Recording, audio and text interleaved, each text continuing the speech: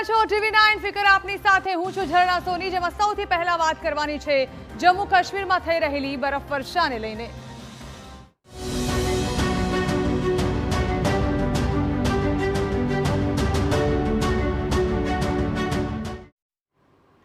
દિવાળી પહેલા જ પહાડી રાજ્યોમાં થઈ ગયું છે શિયાળાનું આગમન। જમ્મુ કાશ્મીર બાદ હવે ઉત્તરાખંડમાં થઈ છે સિઝનની પ્રથમ હિમવર્ષા, જેના કારણે શ્વેત શૃંગારનો સુંદર નજારો જોવા મળ્યો। તો ચારે ધામે પણ ઓઢી લીધી છે સફેદ ચાદર।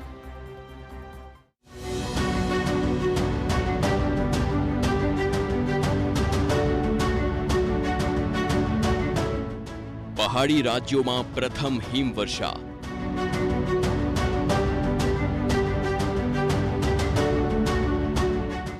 ચારેય ધામે ઓઢી સફેદ ચાદર।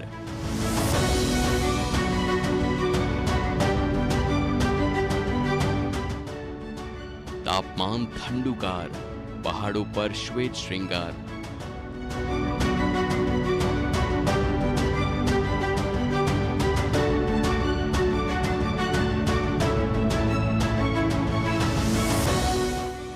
જમ્મુ કાશ્મીર બાદ હવે ઉત્તરાખંડ અને હિમાચલ પ્રદેશમાં પણ સિઝનની પ્રથમ હિમવર્ષા થતા ઉત્તર ભારતમાં વિધિવત રીતે થઈ ગયું છે શિયાળાનું આગમન। સામાન્ય રીતે ઓક્ટોબરના મધ્ય ભાગમાં પહાડોમાં હિમવર્ષા થતી હોય છે, પરંતુ આ વર્ષે ઓક્ટોબરના પ્રથમ સપ્તાહમાં જ હિમવર્ષા થવાથી સામે આવ્યો છે પહાડી રાજ્યોનો અલૌકિક નજારો। કેદારનાથમાં હિમવર્ષા, ભક્તોમાં હર્ષ। ઉત્તરાખંડમાં સિઝનની બરફવર્ષાના કારણે ચારેય ધામે ઓઢી લીધી છે સફેદ ચાદર। ઉત્તરાખંડના કેદારનાથ, બદ્રીનાથ, હેમકુંડ સાહિબમાં પ્રથમ હિમવર્ષા થઈ, જેના કારણે બાબા કેદારનાથના ધામનો અદ્ભુત નજારો જોવા મળ્યો। કેદારનાથની ટેકરીઓ પર બરફ પડવાનું શરૂ થતાં જ ભક્તોમાં હર્ષ છલકાયો। કેદારનાથ તેમજ આસપાસની ટેકરીઓએ સંપૂર્ણ બરફથી ઢંકાઈ ગઈ। હવામાન વિભાગે ઉત્તરાખંડના ઊંચા પર્વતીય વિસ્તારોમાં હિમવર્ષા અને અનેક જિલ્લાઓમાં વરસાદની ચેતવણી જાહેર કરી છે। બરફ હેઠળ ઢંકાયા બદ્રીનાથ, હેમકુંડ સાહિબ। બીજી તરફ બદ્રીનાથ ધામમાં પણ બરફવર્ષા થઈ।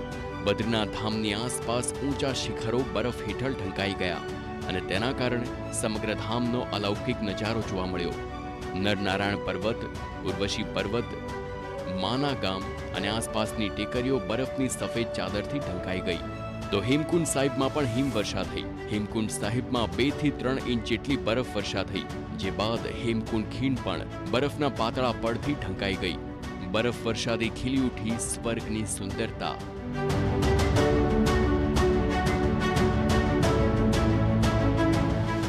ધરતી પરના સ્વર્ગ મનાતા કાશ્મીરની સુંદરતાને બરફવર્ષાએ જાણે કે 4 ચાંદ લગાવ્યા।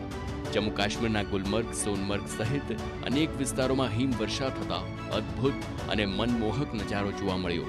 હિમવર્ષાના કારણે તાપમાનમાં 10 ડિગ્રી સુધીનો ઘટાડો જોવા મળ્યો। કાશ્મીરમાં તાજી હિમવર્ષાએ ઘાટી વિસ્તારમાં મનોહર દૃશ્યો સર્જ્યા। કાશ્મીરના ગુલમર્ગ, પહેલગામ, સોનમર્ગ, આરુખીણ, ચંદનવાડી અને કોકરનાગ જેવા લોકપ્રિય પર્યટન સ્થળોએ ભારે હિમવર્ષા થઈ, જેના કારણે કાશ્મીર ફરવા આવેલા પર્યટકોના હૈયે હરખની હેલી ઉમટી। टोटली मैं ड्राइव करके आया हूँ। मुझे कोई आइडिया नहीं था कि यहाँ तक पहुँचने पे मेरे को बर्फ़ मिल जाएगी। It was a super fantastic experience और बहुत लंबा ट्रैवल करा मैंने, केरल, मनाली सब जगह, लेकिन मेरे को चांस कभी मिला नहीं बर्फ़ देखने का, बट यहाँ मिल गया लग भाई chance and I am very happy today. मतलब वेरी ऑब्वियस ऐसा लगता है कि दिसंबर या जनवरी में आएंगे तो बर्फ़ मिलेगी, बट अभी अक्टूबर के फर्स्ट वीक में ही बर्फ़ मिल गई, तो ये तो लगता है हमारे लिए कुछ स्पेशल था। ચાલુ વર્ષે વહેલી બરફવર્ષા થવાથી પ્રવાસીઓની સાથે સ્થાનિકોમાં પણ ખુશી છવાઈ છે। પહેલગામ હુમલા બાદ હવે પર્યટનને વધુ વેગ મળશે તેવી સ્થાનિકોને આશા છે। તેમની ઈચ્છા છે કે દેશ વિદેશના વધુને વધુ પ્રવાસીઓ કાશ્મીરની આ અદ્ભુત સુંદરતા નિહાળે।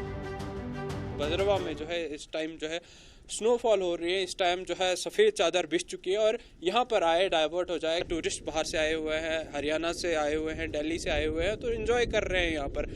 अब टूरिज़्म डिपार्टमेंट पे ये सारा जो है दारोमदार है कि वो किस तरह से काम करेंगे भद्रवा के लिए। तो बीजी तरफ शोपियाમાં પણ મુગલ રોડ પર અને શ્રીનગર લે નેશનલ હાઈવે પરના ચોજીલા પાસમાં બરફવર્ષા થઈ, જેના કારણે કેટલાક રસ્તાઓ બંધ કરવાની ફરજ પડી। ઉપરાંત અનંતનાગમાં સિંથન ટોપ, ગુલમર્ગમાં અફરવત અને ગુરેઝ ખીણમાં રાજદાન પાસ પણ બરફથી ઢંકાઈ ગયા।